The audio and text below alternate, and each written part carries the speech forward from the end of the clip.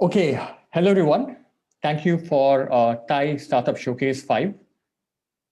We have some exciting startup speakers. We have the CEO of SN126, a NetApp Accelerator Cohort 7 startup, Puneet Kanduri. We have Ajit Nair, the co-founder and CMO of Camcom.ai. He was also a Tech 30, Your Story Tech 30 special mention startup. We will also be joined by Anjali from Waterbridge Ventures. And moderating this discussion would be Vijita Shastri, the Executive Director of TiE Bangalore. Vijita, over to you. Thank you so much, Vinay. I appreciate this and looking forward to this very interesting conversation with both Ajit and with Puneet. And of course, when Anjali joins us, Vinay, if I may just take 30 seconds to quickly share the housekeeping rules with the audience. So the request that we have is while the presentations are going on and when the speakers are presenting and talking and sharing about themselves, we all stay on off the video, we stay off audio. Just make sure that we are very respectful to each other. Any questions that you have, any crisp questions, anything can definitely be put on the chat. And we want to keep the etiquette going, make it a very pleasant conversation. And that's what I would like to just say. And welcome everyone to a wonderful time. And thank you, Ajit and Puneet. Looking forward to having a very immersive discussion. So what we'll do is to just let the audience know. We would want both Ajit and Puneet one by one to share more about themselves. They have some very crisp and beautiful presentations also about themselves, what they are, what is their ask, etc., etc. So without further delay, Ajit and Puneet, whoever would like to go first, please start off. Go ahead, Puneet. Sure. Okay. Thanks, Ajit. I'll go first. All right, let me share my screen. And hopefully people can see this. So, how many people remember this tweet? Can I get like some yeses on the chat window? So if you remember this tweet, this is Oscars night 2014. Ellen took out her phone to take a selfie, and Bradley comes out, says, "Let's take a selfie together," and all the celebrities start dogpiling, right? And it becomes the most iconic tweet in Twitter's history. And I was at Twitter at that time, part of the core services team that at that point decided to roll out a code change that accidentally ended up deleting this tweet and all of its 3.2 million retweets. So while I was in it's an iconic moment for the business. It became sort of an embarrassing reminder for us screwing up on the engineering side. It took us a while to figure out what we had screwed up, and even longer to fix the damage that we had done to the data, and then all the advertising revenue that we lost because of all the awesome content that ended up missing on the platform for quite a bit of time. That's money lost that could never be made up. So that's sort of where I started out thinking about, like, hey, I better not let something like this ever happen again. And fast forward to a year later, this time new users are trying to sign up, and people are getting the same error message back. It's no matter how obscure a username you try to pick when trying to sign up for a new account, you keep getting the same error message saying that this username is already taken. So of course the internet found out before we did, and our stock was already down 5% by the time we figured out what had gone wrong. So how many people remember this happening? So hopefully nobody remembers this happening, because this actually never happened. The presentation that I'm giving you guys today is about this and many other disasters that didn't happen, and the reason why they didn't happen. To understand the problem that we're trying to solve, right? Like, we're trying to prevent these business disasters from ever happening. And this is easy to figure out when you've got a simple business with a handful of scenarios. You can just test things by hand. And then as your business grows and becomes more sophisticated, you realize that, hey, I can't test everything by hand, so I need to start writing tests. But then your business grows, so rapidly and becomes so complex that you've got, these thousands of different complex scenarios that you just can't, write tests for, and it's like impossible for you to keep track of everything that your business does, because it's constantly changing. And so you start, looking for solutions that focus on automation. But the way to think about automation is that if you've got 10 things that your business does and you've got one test, then running that one test 10 times is not going to give you any coverage for the 9 things that you don't have tests for. So automation is the wrong problem to be solving. The problem that you really have is enumeration. You just don't know how many things are happening in production. You just don't have a way to test them. And so that's the how do we solve this problem today? The answer is we don't. We just test a handful of things that we can, typically the ones that we care about the most, and then we just hope for the best with everything else.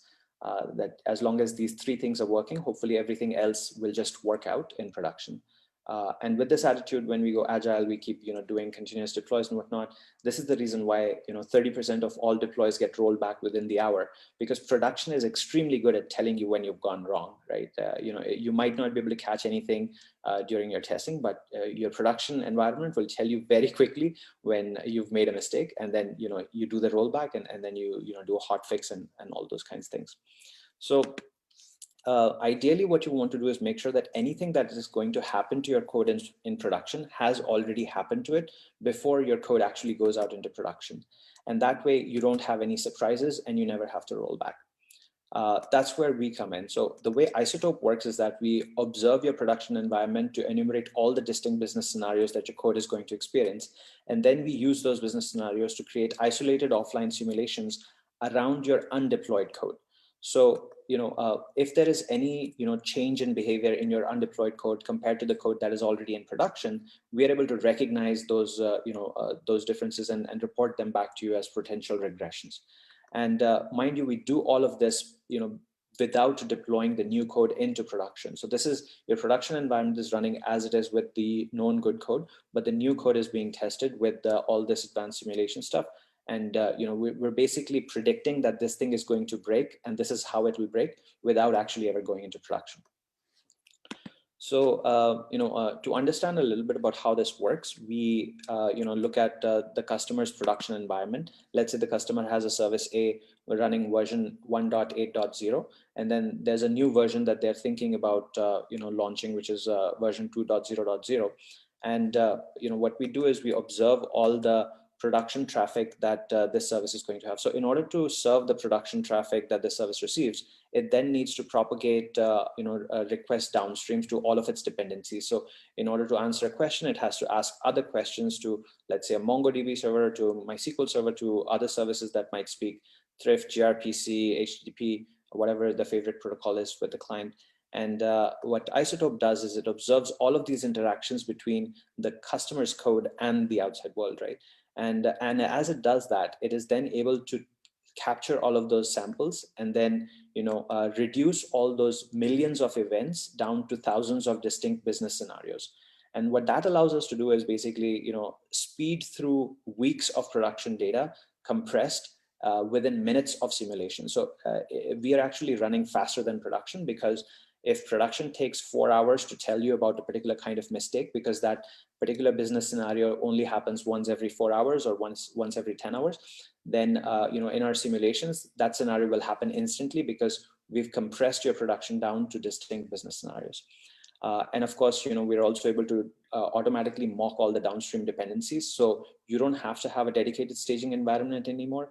You don't have to have, any kind of flaky tests that require, network connectivity to a database, any data failures that result from, data not being set up correctly, not being torn down from the previous cycle before. So all of those problems just go away, and your cost already is pretty much down. And then we are able to compare the behavior of the new code against the behavior of the known good code that is already in production, and reduce all of these observations down to insightful reports that are actionable to the developer. To make this more concrete in your mind with a real example, one of our customers is an online marketplace where their customers are always trying to game the system with using expired coupon codes during the checkout flow. So these expired coupon codes have to be rejected, otherwise the company would suffer a loss that's not part of their business strategy. In one of the code changes, they would have accidentally shipped a change that would have started accepting these expired coupon codes. And this would have been extremely bad. They didn't have a test written for this, so this would not have been caught as part of their regular CI. And observability tools are all typically just looking at things like CPU, memory, and network, and nothing would go weird with any of those things. No instances would be spiraling out with GC or tipping over because of disk failures or anything like that. So nobody would get paged for this. And the way they would have eventually found out about this is when the business guys came back and said that, hey guys, how come the transaction volume's up, but the revenue is down? And fortunately, we were there to catch this bug for the customer, and we ended up saving them millions of dollars. So, the thought that I want to leave you with is, what will you do to make sure that your Oscar moment remains Oscar-worthy and not cringe-worthy? We built Isotope to help customers with this exact problem, and I encourage you to come visit our website and talk to us if this is something that you believe you need help with, and we're more than happy to help you. Thank you so much. Over to you, Vijeta. Hey, thanks, man. That was very crisp and very nicely done. Very beautiful presentation. So, Puneet, this is also one more thing that we want to do is we want more founders to see how well you guys very confidently, crisply, neatly present. And of course, Anjali is also there to give us any feedback from the investment point of view. Did this presentation resonate? I mean, we learn from each other. Okay, but very, very nicely done, Puneet. Thank you so much for that. Thank you so much for this. I appreciate that. And sir, now may Anjali, welcome to the session as well. Just wanted to invite you to the audience as well. So Anjali is from Waterbridge VC, and what we thought was, Anjali, just to give you an overview, Puneet has of course done his presentation. Would you like to quickly say hi to the audience before we get the next founder to share his? Ajit can start sharing, but say hi first to everyone. Hi, good evening, everyone. Thank you, Vijeta, doing this, and just look forward to a great presentation from Puneet, and excited to spend the next 45 to 30 minutes and look forward to telling you more about what we do at Watch and what our interests are as well. Thank you. Thank you so much, Anjali. And now may I request Ajit? Ajit, would you like to screen share and start your presentation? Absolutely. Thank you very much, Vijeta.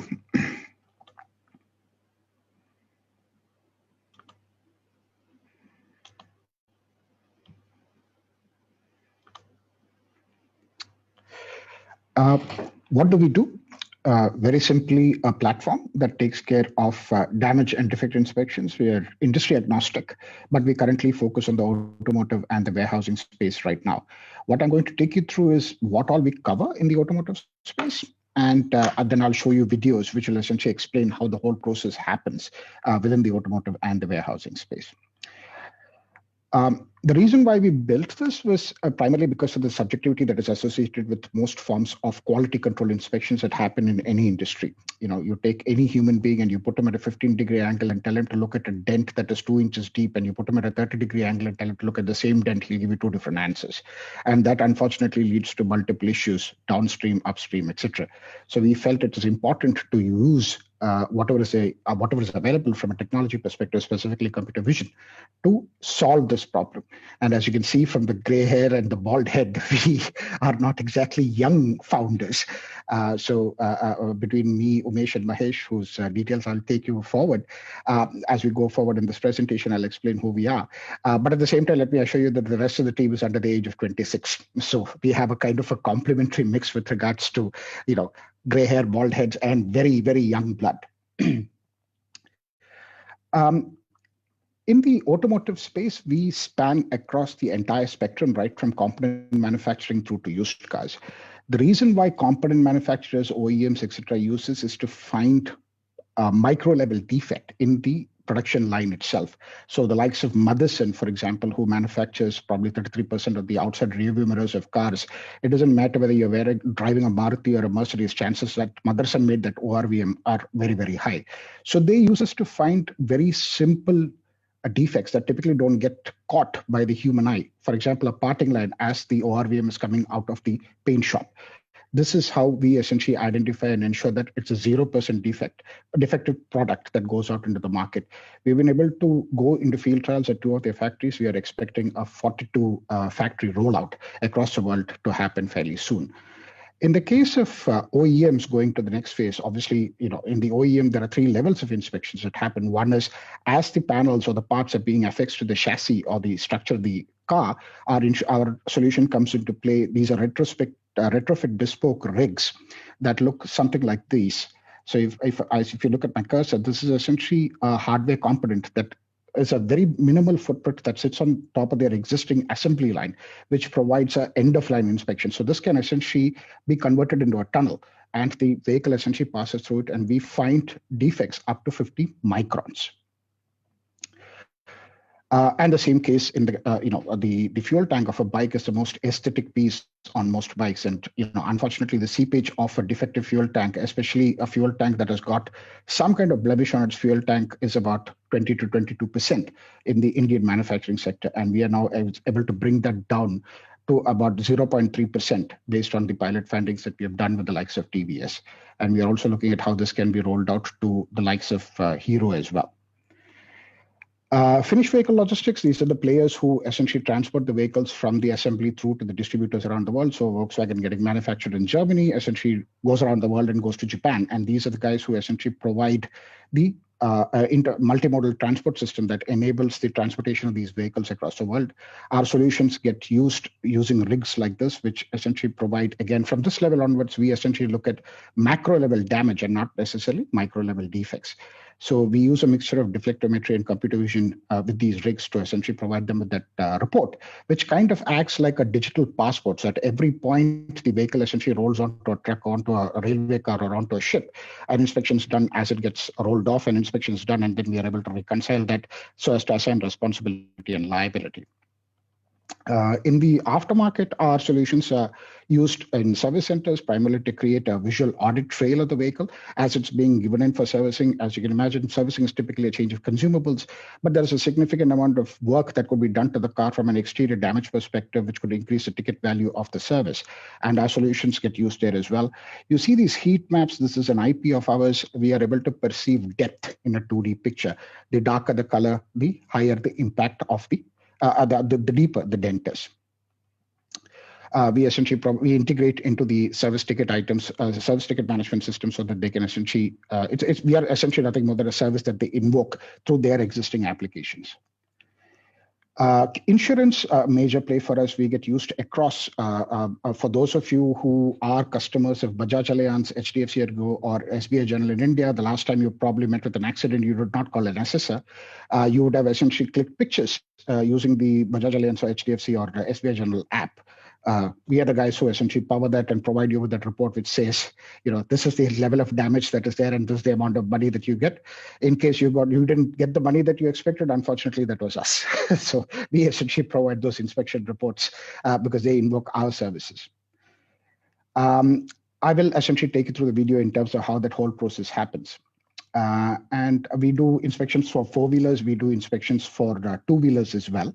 And specifically in the case of HDFC, this is something new that is being rolled out for them. Car rental companies typically tend to use us for delta checks. As you check out a car, the car is in a particular condition. As you check it back in, the car is in a particular condition. So we essentially provide the delta check and a reconciliation report with regards to what is the condition of the car as it's being checked back in, so that the responsibility and liability can be assigned in case the customer has to pay for it. The same thing in the case of used cars. Again, a health check is generated by used cars to assist in the valuation of the car. Typically, about 65% of the value of a car, the perception is on the exterior of the vehicle and not necessarily the interior of the vehicle. So it's very important for you to be able to identify objectively what is the condition of the vehicle. And we provide health checks, which essentially tell them, okay, this car is 95% healthy or 60% healthy or 70% healthy on the exterior checks. And this is what the vehicle assessment report would look like. Some customers in field trials that we are already in. As a matter of fact, I'm speaking to you from Dubai right now. I'm here to set up office at the Dubai Silicon Oasis. We are also setting up a lab here. We have had some success with customers in this region and also some field trials and pilots going on, including with Alphatem, which is one of the largest automotive players in this region. We have been very kind to win multiple awards. I think one of the mentions was there in the emails that are sent. Yes, we are a special mention in your stories Tech 30. We are working very closely with Mahindra Catapult. We are hopeful that our solution will get rolled out across the entire Mahindra automotive ecosystem, though the current focus is on integrating our solution to Auto Inspect, which is the tool that is used by literally every player in the automotive ecosystem with regards to inspections. But that is it's a workflow-based tool, and our solution will integrate into that to essentially remove the amount of information that has to be entered in by the assessors. Work very closely with Intel. We are in go-to-market partners as well as R&D partners. Same thing with AWS. The GeoGen Next, the reason why it is there is because, as I told you, we also have a solution in warehousing. There we are currently in production with Myntra. Again, that's a video that I'll show you in terms of what exactly we do there. As I said, enough gray hair and bald heads. But Mahesh is a serial entrepreneur. His last gig was the video platform of Byju's. What you see that Byju's uses today was essentially created by him. Umesh and I were colleagues in Wipro, and we ran multiple verticals in Wipro. Much like any decent startup, I guess we also were more or less formed on the back of a napkin in a bar over an old monk rum. On the 7th of September 2017. So we have been in existence for the last 3+ years now. That is in a nutshell what the overall idea of what CampCom does. Allow me to quickly show you the video so that you see how this works in action.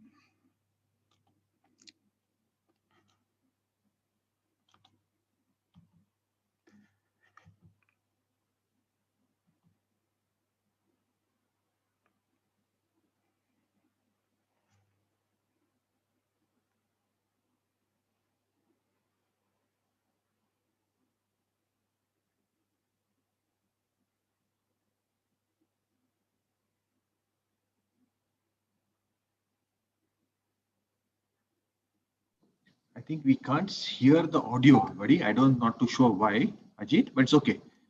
Okay. That's all. You can explain if you want. That's no problem. It's fairly simple. I mean, if you watch the video, you will see how exactly it gets done.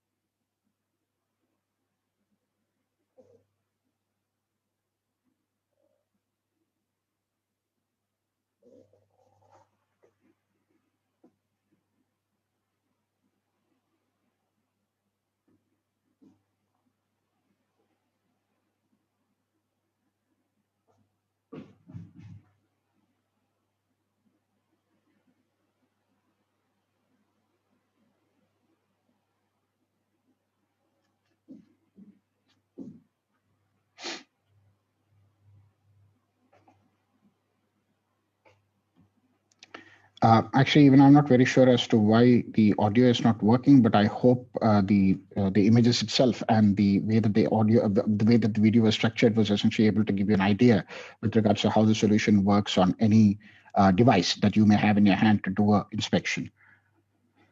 Let me also show you the video that we do of the solution for warehousing.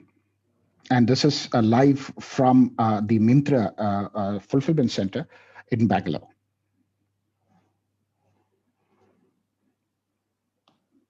Okay, here too there's no audio, but that's fine, no problem. Okay, you can explain. I mean, it's pretty clear. The visual is very, very clear. Where is this? Which warehouse is this? This is the fulfillment center of Myntra in Myntra. Okay. Yeah. Very nice, very nice.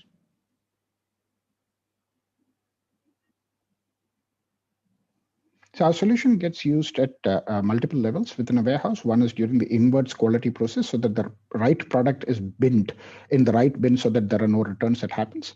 Then at the time of outwards, when the product is being shipped out, our solution essentially is used to ensure that the right product is being shipped out. And then finally, if there's a return, then the product is essentially used to find out if there's any defect or damage that makes it non-sellable. And this is the rig that you see. This is the rigs that we provide that sit on top of their existing conveyor belts. We use edge compute as well as multiple IoT sensors to essentially identify if it's a pass, fail, or a not clear solution. So, we essentially integrate at the PLC level with the existing conveyor systems, and typically tend to provide a throughput of about a product in every 2 seconds. What this provides is nonlinear scalability, because typically you tend to have a good number of people associated with the whole process of picking out each and everything and then doing a multi-way match. So instead, our system is essentially used to do that multi-way match, and that in turn reduces the number of returns that typically tend to happen in an e-commerce warehouse, which is as high as 7%. And a 7% return essentially means, typically a significant amount of reverse logistics cost. Most of the time, since a product has already been opened, it does not typically tend to get sold at the same price. And the last thing any e-commerce retailer wants is dead stock in their warehouse. This is used both for dropship as well as for stock ship and most hybrid models. So currently we are in production with Myntra, have been in production for the last 2 years. Flipkart has just gone into field trials with us. And our biggest customer, and that's also one of the major reasons why I came to Dubai, is we are the winners of the Dubai Startup Hub program. And we became the AI automation partner of Emirates Post. So much like any other postal organization in the world, they are currently at crossroads because they are becoming fast obsolete in this market, and they're trying to reinvent themselves as the last mile distribution channel partners of the likes of Namshi, Noon, etc., who are the larger players in this region. So that, ladies and gentlemen, I more or less am done with my presentation. Allow me to stop sharing and open to any questions that you may have. Thank you very much for your patience. Thank you, Ajit. You're very, I like your old school references to Old Monk and all that kind of stuff. Huh? So should I say that in social etiquette webinars, you should not mention such things? Huh? It's okay. It was fun. It was fun. Thank you so much. But I just want from both you and Puneet very quickly, are you guys bootstrapped, looking for funding, looking for more customers? This is your platform, Ajit. So I want both of you guys to talk about that, please. Sure. Since Puneet went first earlier, let him go ahead. I cede the floor to you. I was hoping to return the favor to you, Ajit. Why don't you go first? All right. Fine. We have raised a round of funding, a pre-series A round of funding of $1 million. We are currently not looking at funding. We are in our growth stage. We are looking for customers. We hope to break even. Had it not been for COVID, I think we would have broken even earlier, but we are hoping to break even by June. Right now at growth stage, Middle East is a major market for us. UAE is much smaller, of course. The larger pie is in Saudi Arabia, and that's a market that we want to get into. We're scouting around for partners. But of course, the end goal is obviously the United States and Europe, which is the hub for automotive manufacturing. There are two other solutions that are currently in development. One of them is the ability to use the same AI platform for damage assessment for aircrafts that is currently being developed. And I intend to move that to the lab that I'm setting up in Dubai. And the third thing is actually the other reason why the government of Dubai invited us to set up office here, which is the ability to use UAVs, drones, as first responders in case of mishaps. So that is, the technical architecture is in place, and we are in the process of finding out the right partners. I mean, we need Honeywell as a drone partner, and currently some discussions going on with Microsoft in terms of how to operationalize that whole process, because it becomes very relevant in this market, thanks to Expo, FIFA World Cup, and a bunch of others. And obviously, unlike India, here, fortunately, the system is such that one person takes a decision, more or less everybody else falls into place. I hope I answered the question, Vijay. Yes, Ajit. Please, Puneet, would you like to go next? And then Anjali, we will start with your conversation pieces. Sure. Puneet, So, go ahead. we are a bootstrapped company. We've, we're lucky to get, a few early customers who helped us become cash flow positive right from the beginning. So we've been able to keep ourselves bootstrapped through our growth stage, and we're looking to expand by getting more customers, not looking to fundraise at this point. So Puneet, I mean, you have disappointed the whole world. Customer money, you're managing with customer money and you don't want investor money. Puneet, how can you say that? Maybe at once we hit some revenue stages, then it'll make sense. But it seems like right now we're able to. We want to see how far we can get on our own before we start accepting help. Fantastic. So maybe, Anjali, like if I can bring you into the conversation, the more customer money you have, the more clientele you have, and you're profitable, I think the better the evaluation that startups will get, isn't it, Anjali? Absolutely. I was just going to say kudos to Ajit and Puneet, because rarely do you come on a startup showcase where both the startups say that, we're bootstrapped and currently not looking at raising any equity. But that said, I think hat tip to both of you for having built fundamentally strong businesses and focusing on getting a few early partnerships. And I think partnerships in many, especially in businesses like yours, Ajit, is critical to, growth and success. So hat tip and kudos to both of you as well. Thank you. Thank you. And I've Anjali, also, in fact, seen the Camcong solution firsthand at the Flipkart group and interacted with Umesh, so I can definitely, say that it is a solution that works and has done well for us. that's wonderful, Anjali. That kind of endorsements, I think, is really very, very heartening. Okay, Anjali, we would the audience, and I'm sure Ajit and Puneet at some point of time, you are extremely well connected to the investor community, very active in the ecosystem. She is, by the way, Anjali is also a charter member. She had helped us with the TiE Learning Channel challenge, where she had worked along with Madan Patki, one of our other charter members, and AWS is a partner.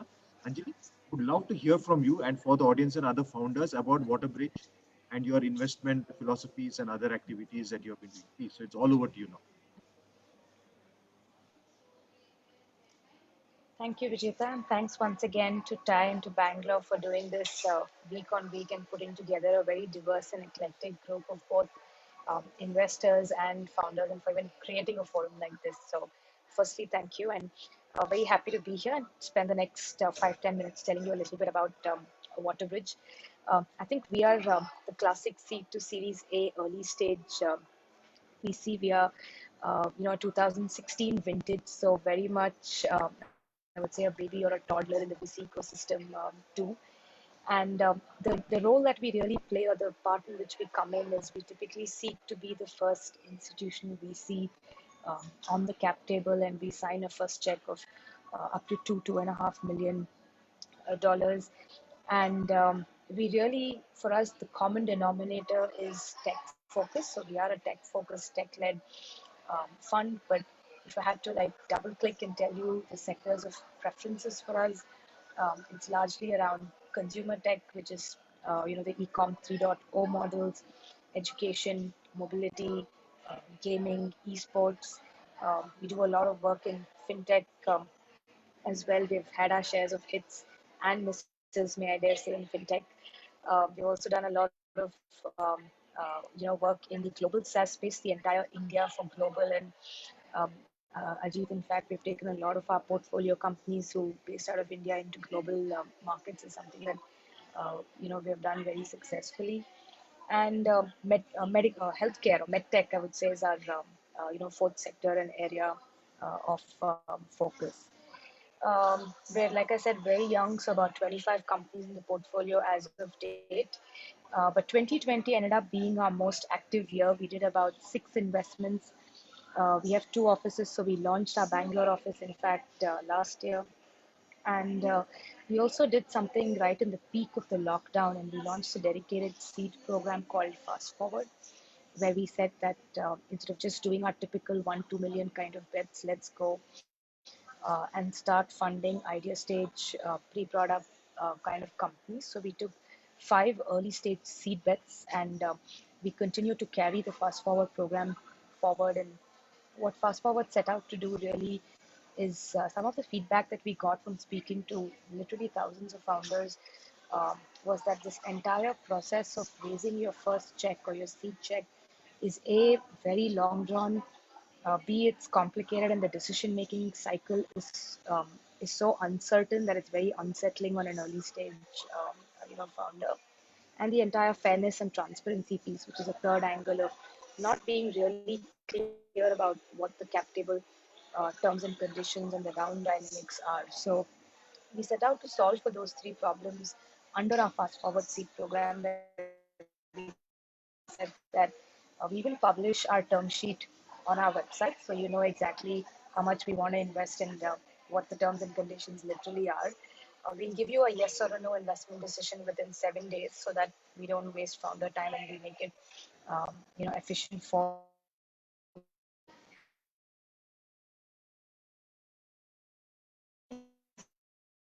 Put out a negative area of interest for us. So that's a little bit about our seed program, I would say.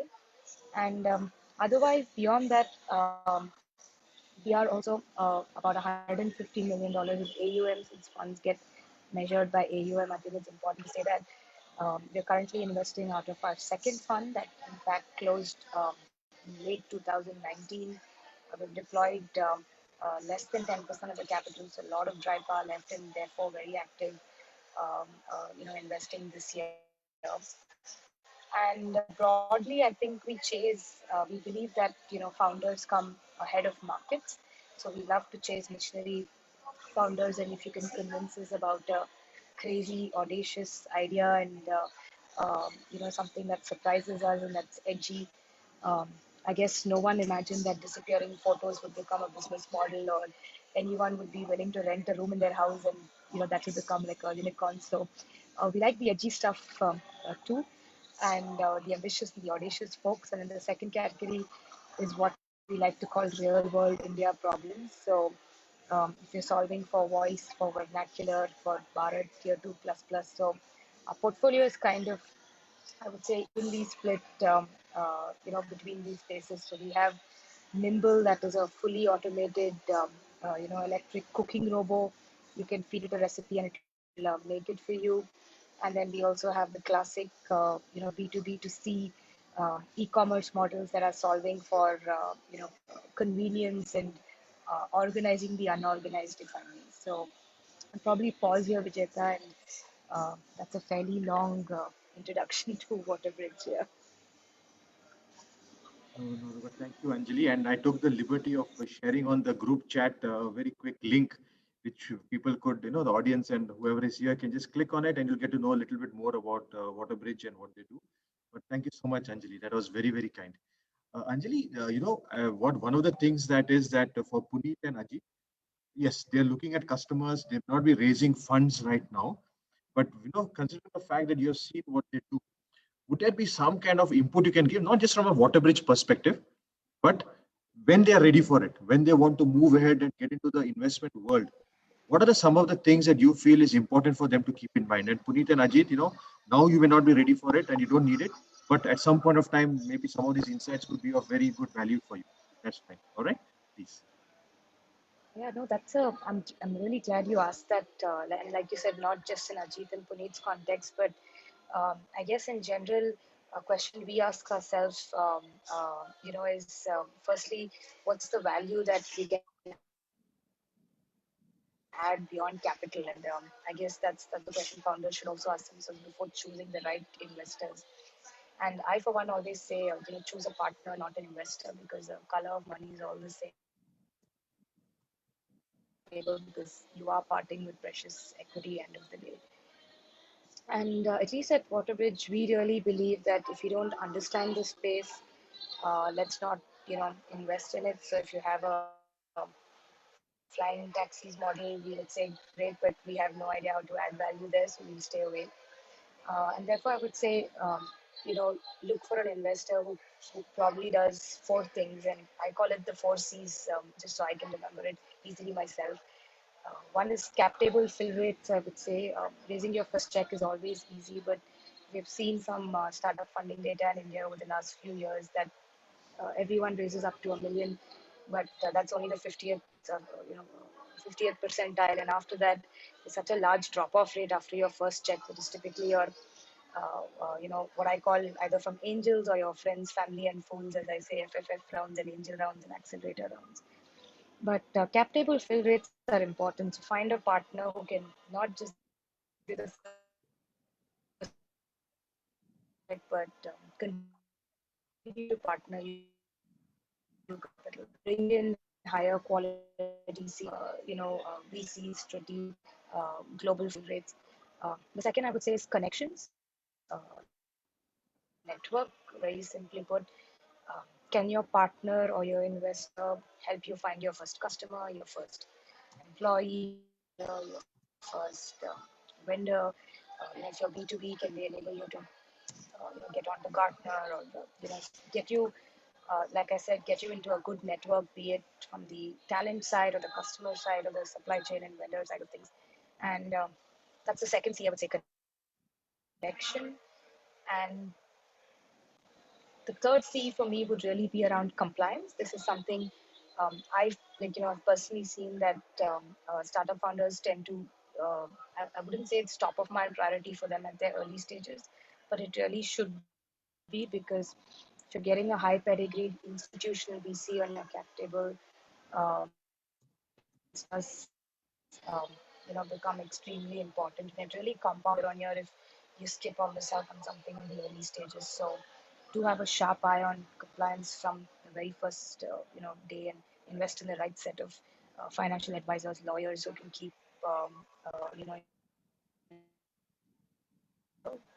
so compliance for me is really the third C, and the final one would be global cross-border. If I have to, force the C into it, investors and partners who can take you to the best enterprise clients, because we do know, especially since both of you are B2B, that paying ability, your sales effort is the same, but paying ability is, 1:10. So, try to find partners who can get you that first sales VP in the US markets, or who can just help you in that transformation of becoming a global company and bring that global outlook to your board and to your business. So, yes, Vijita, I would say those are probably the four things to seek out in your investors. Thank you very much, Anjali. Ajit and Puneet, would you like to ask some questions or take some inputs or a discussion? Okay, this is a conversation and discussion piece. Anything that you would like to ask Anjali, please go for it.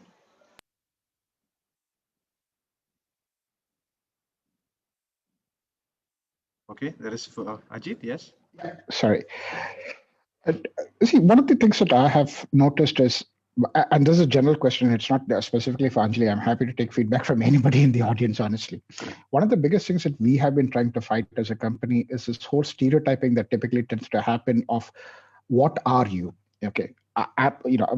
Most people think I'm an insurtech company. I am not. I mean, it would be an insult to insurtech companies to call myself an insurtech company. A lot of people say, no, you're automotive tech. I keep telling people, no, we are just a horizontal platform that does defect and damage assessment. Why is it so important for us to conform to a specific industry vertical? Or why do people stereotype and then over a period of time mainstream the stereotype? I mean, I find it very difficult to explain to people that I don't conform to any of that. I'm just look at me as a platform that does visual inspections. It really doesn't matter to my system whether you're the panel of a car or whether you're the fuel tank of a bike or the underbelly of an aircraft. It really doesn't matter.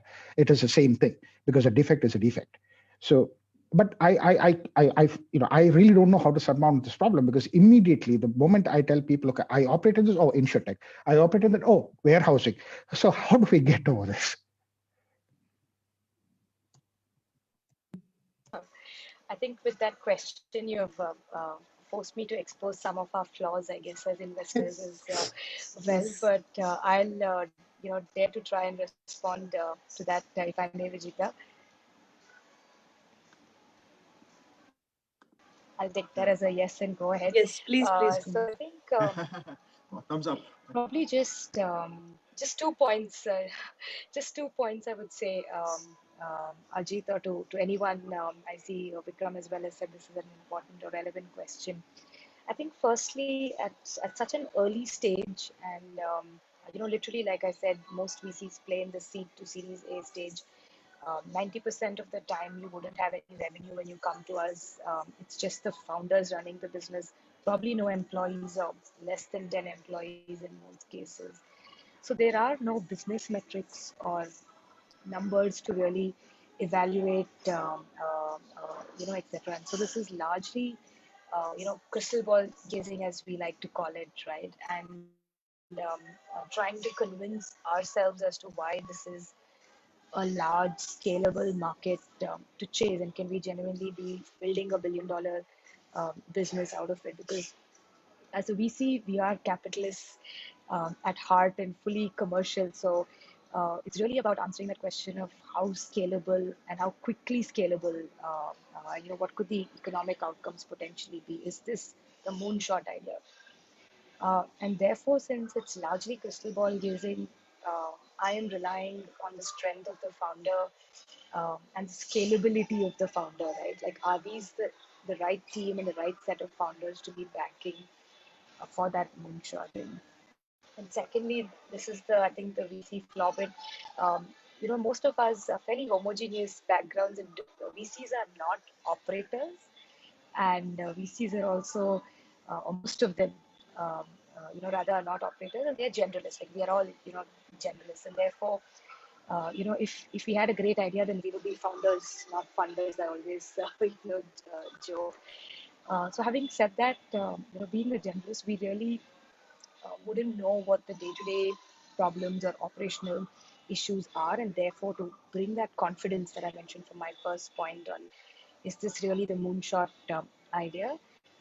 I guess one of the way to do that is conjecturing and trying to find those analogies, and trying to say that, okay, there's no model like this in the Indian ecosystem, but is there one from China or one from the US, or are there any analogies, and therefore has this model made it big somewhere else, and therefore what gives me the confidence that this could be the next big idea from here? And I guess that's probably why you very often see a lot of people try to force fit you, if I may, into like one bucket or one sector or the other. And I guess finally, it's also about storytelling. It's about really, end of the day, you're really pitching to people, and um, rather than a big organization, it's a person, it's a human. Thankfully, not yet a bot that's making a decision on the other side. So it's just about convincing that person and to selling the story to them, and can they make your story, can I make your story mine, and am I kind of kicked enough to be able to, like I said, do the 4 C's with you, the value add construct with you? Will I as passionately sell your idea of Camcom to every other strategic or investor I meet, or to, can I make introductions to enterprise guys? So I guess that's what it comes to, just trying to be creative and that connect with the founder and the story, uh, uh, to make it as much ours as it is yours, I would say. Yeah. Sure. Thank you, Anjali. Thank you very much, Anjali. And we also have Shivi here, who's ex-AB and Bev, and she has worked with the corporate accelerators. And Puneet, I know that you have worked with NetApp. NetApp is a partner, and I think they have also told us that you're looking for more connections on the corporate side. So yes, we will help you out. No problem. That's why we are here. So don't worry about that part of it. Okay, Shivi, you wanted to say something? Yeah. Yeah, hi. So, Ajit, I think adding to Anjali's point of view from a corporate perspective, from an operations point of view, it becomes very easy to, give a domain to a particular startup. Though we have started telling this term also, it is sector agnostic. And then, because when you are an innovation community in any particular accelerator, you have to go to a particular business domain.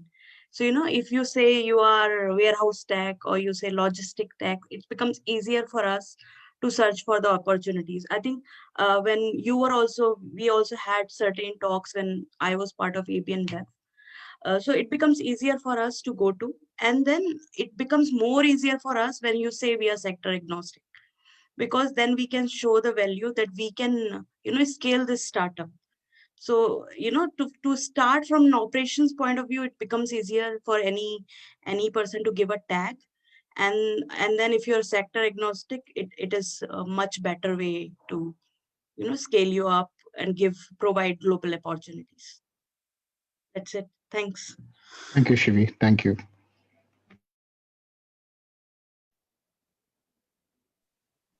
Vijita, I think you are on mute. Yes. I mean, we definitely want, Puneet and Ajit and everyone to know how can we make their pathway to expand globally. So one of the things, that we do at TiEs, we have been working with the Wales government, UK government, with Netherlands, Canada, and a few other embassies and accelerators. Let's have conversations with them once again. We'll take the details and let's see what we can do. That's a promise. Okay. And now it is Much 5:20. appreciated. We promise that we will not go beyond that 1 hour thing because otherwise you guys will get bored of us. So Anjali, there are a few people who might be reaching out to you from the audience as well. So be ready for that. They want to talk to you. Okay. Now, can I ask Ajit and Puneet a couple of questions, right? Yes, you guys are growing, you have found customers, a little bit of funding, etc. But what are the challenges and roadblocks that you're facing that we, whether it's Anjali or from TiE or from whoever else, we can talk to people from NASCOM and other accelerators. What can we do to make life slightly more easier for you? Okay. And maybe smoothen some of the roadblocks that are there. I mean, don't ask for the sun, moon, and stars, but whatever is doable, we'll happy to support you. Okay. Go ahead. Yeah, I mean, for us,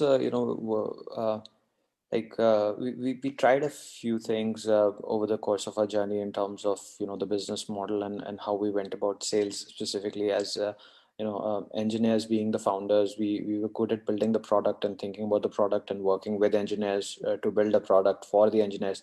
But then when it comes time to write the check is written by someone else. This is the classical enterprise sales problem that we ran into. The bottom-up sales motion was a little bit slow for us, and we didn't quite have the patience for it. And we realized that the top-down sales is the right motion for us because that goes a lot faster. A problem is lead generation. So getting that first meeting, getting that first connect, and getting that sort of initial credibility. So we do have the credentials. In terms of the company's resume and all of that. But getting that in front of the right people, the decision makers, and identifying those is something that we're still working on and learning and figuring out. So that's where we feel that we could use a lot of help from you guys.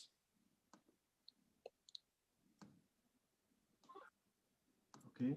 Thank you. And Puneet and Ajit, would you like to go next? Yeah. Sure. See, Vijita, we sell to a limited universe. We don't have a spray and pray option in as far as our solutions are concerned. And because of the fact that we sell to a limited universe, our sales effort primarily has been with the perspective of mapping the accounts. See, there are only 23 OEMs in this world who manufacture cars. There are only 73 component manufacturers, tier 1 and tier 2. So these are, and honestly, I did not know anything about the automotive industry till 3 years back. Okay, I went to hotel school. For me, Java is still good coffee. It's got nothing to do with technology. But if what I do know is enterprise sales. So what I did was whatever I learned in Wipro and others, I essentially drove it down into defining my universe, and then understanding what are the levers that essentially will make or break the decision-making process within that. I know for a fact that my sales cycle will take a minimum of 4 months. It should not go beyond 6 months, because if I sign up before 4 months, there is every likelihood that the implementation will go wrong. I hear nothing back from the customer after 6 months, I know that they're not interested. So these are things, I guess, that come to us with experience. But I completely agree with Puneet. A top-down approach is always better than a bottom-up approach, because you need the person who's driving change within that organization, and that typically is not somebody who will be at the bottom. It has to be somebody who's the top, mandated to carry out the change. You need to get in front of them. I find that in India, thanks to TiE, thanks to a bunch of other initiatives that a lot of the other industry associations are also putting up, we have been able to get access to some of these top decision makers. I'm very happy to say that we today have the ability within the automotive space, at least in India, to have and engage in conversations right at the CEO level, and definitely plus -1 and -2 of the CEO within the automotive ecosystem in India. I think the amount of positive steps that have been taken by multiple governments, be it the government of India or, for that matter, I'll be honest with you. The kind of proactiveness that has been shown by the government of Dubai during COVID is what brought me here, because we were part of a cohort of 7 companies that got selected to come here and set up office. And they went through a very rigorous selection process. I mean, they gave us literally subsidies on everything from setting up office here to creating a lab space, tie-ups with academic institutions. I think the enabling ecosystem in India, because of the sheer size, is still trying to essentially come to that level of optimal functioning. The UAE and other smaller countries have essentially kind of nailed it in as far as creating that optimal ecosystem is concerned. But yes, the ability for enabling and facilitating agencies like TiE to create that ecosystem where we can pitch directly to the CEOs, to the CIOs, the CTOs, the heads of plants, the guys who are essentially mandated to drive change. And Industry 4.0 coming out of COVID, it's a no-brainer, right? Everything has to be contactless. You have to eliminate human subjectivity. You have to future-proof the process. Literally every solution today has to follow that mode. And that is a mandate carried by somebody in that organization. Who is the person is the question. And I think that typically is somebody in the C-suite. And that is something that an organization like TiE can bring to the table. Oh, fantastic, fantastic, Ajit. Made a note of this, and we will anyway reach out to you one-on-one and figure out what we can do for you. Right now, your caught us on Facebook Live and on camera, so I can't back out. But we will do this. We will do this. See, there is, I mean, okay, one thing that I want to understand. No, Anjali, we are here saying that, okay, investment can come in. Puneet, I don't need funding right now because I've got customers. Ajit saying I've got Mintra, etc. But how did this happen, right? How did the sales happen? How did you reach out? How did you make the connects? How were doors opened for you? What is the support, say, that Puneet, you're getting from NetApp? If you can very bullet pointedly talk about that, that will be really useful for the audience, if that's okay with you. And Anjali, you can ask whatever questions you want also, right? You have the freedom to do that. In our case, the way we started out was, we did some open source work that got us a lot of initial traction, and with getting sort of highlighted by some major players, public endorsements from companies like Twitter, Airbnb, Mixpanel, and whatnot, right? And then getting covered in Google Cloud Solutions and Alibaba Cloud. And DataWire. So all of that, organic traction based on like us creating free value for the engineering community, like that goodwill was sort of it kind of later materialized into sales for us. So that helped us establish credibility. People started recognizing us, and that was like by far the most valuable thing that we did in the early days, right? Like without that, nobody would know what we were doing, who we were, and there would be no reason for them to trust us with their production data. Right?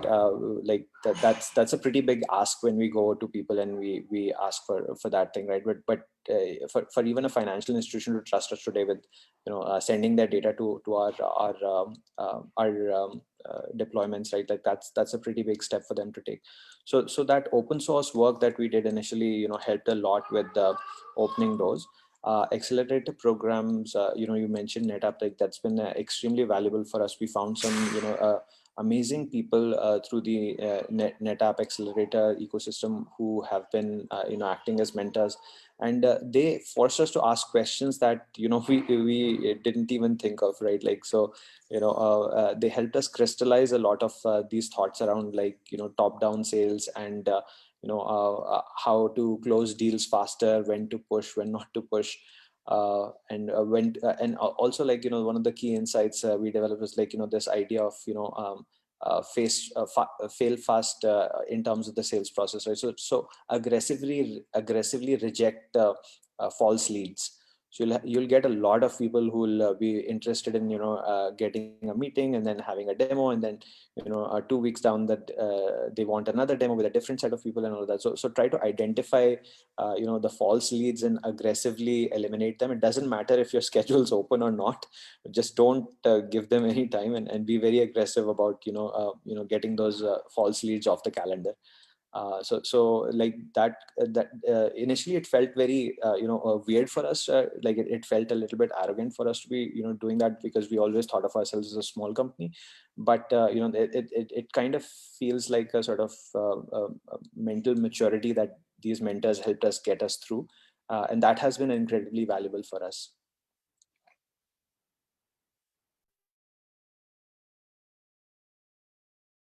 Thank you. Thank you so much, Puneet. I think you really nicely put it down. Rejecting false leads, top-down sales. Right. That's awesome, man. It's not easy, isn't it? I mean, that fear factor is there. Oh my God, what if I do one more meeting and I will get the business? It's not easy. Right. I mean, there's just like people offering you different proposals, like what if you merge it with our product this way, that way, but you have to, stand your ground and say that this is what I'm doing, this is what I'm not doing, and being willing to say no.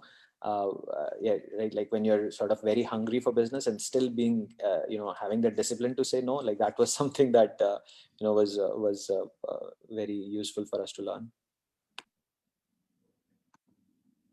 Yeah, thanks, man, Puneet. It makes a lot of sense. Anjali, would you have some insights on this? Because you meet so many founders as well. Sales, getting customers is something that we have to keep trying. And Ajit, any inputs that you have, any challenges that you're facing as you're expanding? Is there some inputs? We are on 5:30, so I just want to keep it very crisp and let's move forward. Actually, why don't you go ahead? Go ahead. I'll follow you. I think Anjali's system is frozen. Okay. Ajit, yeah, so you're on the spotlight, buddy. Thank you. No, I think from an international expansion perspective, see, how did we net our first customer? I'll be honest with you, there were no eureka moments here. There was no none of that foresight that is typically associated with founders essentially conjuring up this eureka moment, this amazing thing that happened. There was no such thing. We just listened to people. We just kept changing and refining our product as we went forward. And I still remember walking into Myntra with our first pitch, and those guys turned around and said, "Listen, this is a good idea, but this is not what we want. We have another thing which you can help us do." And then we took it there, and then that suddenly became our single biggest revenue generator, because we suddenly realized the powerful nature of our system because the customer told us. It was a VC who essentially told me that I need to focus on the automotive industry, and not because he told me to focus on the automotive industry. I remember having breakfast with him, me and Umesh. I said, "Listen, you guys have a great idea, but what you need to do is make it relevant for a large industry segment like insurance." And I didn't know insurance outside of the fact that I consume as a customer life insurance and motor insurance. I had no idea about the insurance industry. So we went ahead and spoke to people, created the solution. Then we said, "Oh my God, inspections of vehicles happen right before even before the vehicle is actually assembled. So then why can't we put this to use across that entire value chain?" And so there are no eureka moments here. This is just listening, refining, and taking to market a solution that we know is an imperative. And I'll be honest with you, every time people tell me that COVID is bad, I say, no, I'm probably the single largest recipient of COVID's blessings, because we suddenly moved from a nice to have to an absolute imperative. Interesting. Thanks, Ajit. I think that's wonderful. So you have the VC community to thank for, right, Anjali? Apart from giving funding, and that's what everyone says. It's also the business network, the business acumen, so much of experience by meeting founders and seeing that, I mean, ups and downs of their founders in your portfolio also, right, Anjali? So Yeah. No, I think Ajit very well eloquently put it in, especially again, considering the early stage. So you're trying to do sales, you're trying to build product, and in many times, as Puneet was mentioning, a founder is tech focused or and may not even be good at sales, or may not even know who the right enterprises are whose doors you need to knock on. And I think I would say that don't even be afraid to hire early on and hire like a high quality VP of sales early on, rather than hiring like many mid to junior resources who can open those doors for you. So if you're getting into insurance, for example, hire from insurance, hire from competition, so that you quickly gather insights into how other people are functioning, and hire folks who are smarter than you, who can supplement the founder's skill set, because not every founder does sales or is comfortable doing sales. nice, Anjali. That was a very nice one, right? Hire smarter, hire people who can open doors, and sales is so important. We should never ever ignore that. As Puneet said, no, customers' money. I think that was one of the most valuable insights that has come out from a founder's mouth. So thank you for this, Puneet.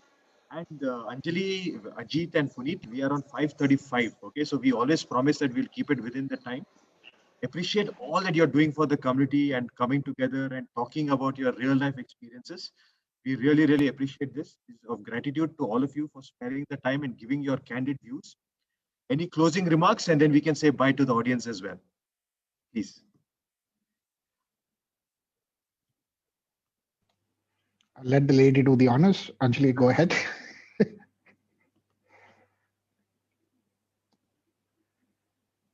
No, I would, all right, quick, maybe 2 minutes.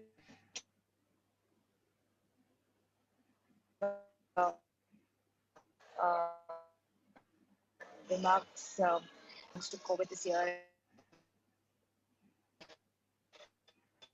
I sincerely hope a lot of startups will be building businesses, and we hope that some of these behavioral shifts stay for the long term. And literally, I always quote Stalin, who said, sometimes change takes decades to happen, and sometimes decades happen within weeks. And I think that's really what's happened this year. And hope for like a much more exciting 2021, and to do these showcases hopefully in person again.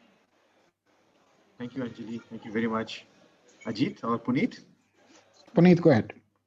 Please, Ajit, you've been offering it to me the whole evening. It's yours. No, essentially want to say thank you to TiE, to Vijita, and to everybody. Anjali, thank you for your words of endorsement. I didn't know that you had met Umesh earlier. Maybe we should touch base subsequent to this conversation as well. Puneet, fantastic job. Whatever is it that you're doing, more than happy to help if I can in any way. One of the things, like I said, the only thing I know is how to sell, be it products or services. So I'm more than happy to essentially offer my services as well in case I can be of any assistance. But otherwise, thank you very, very much. And Vijita, I sincerely hope that at some point what I talked about in terms of a showcase which enables the startup founders to essentially engage with the C-suite leaders of large enterprises. I know that a lot of the corporate accelerators are also trying to do that, but they get limited to what they are within their company. I think TiE has a much broader horizon, and essentially they did not even be necessarily sector focused. I mean, you can essentially call a cross section of people and essentially tell them that this is what can be done, because the world is changing, and COVID in many ways, like I said, is good. So change is also good. We'll do that. We'll do that, Ajit. Definitely, we'll do that. It's a focus thing for us. Yes, investor connects is important, but then go to market, bringing the not just from India, but we're going to be bringing a lot of people from outside of India, large enterprises. We will do this. Okay, we will take care of that. Thank you, Ajit. Puneet. Thank you so much for the opportunity. It's been wonderful talking to all of you, and getting so much interesting food for thought. I look forward to continuing these conversations with each of you, and hope that we can learn more from each other. Thank you so much. Thank you very much, Puneet, and thank you to the audience as well. Anjali, Ajit, and Puneet, I have learned a lot. You have also given us a few roadmap activities, and me, Vinay, Shivi will all come together, and we promise to do that. Okay, we'll keep the conversations going, and have a wonderful beginning Monday evening. We have to have a wonderful start of the week, and wish you all the very, very best, everyone. Thank you so much, Anjali. Puneet.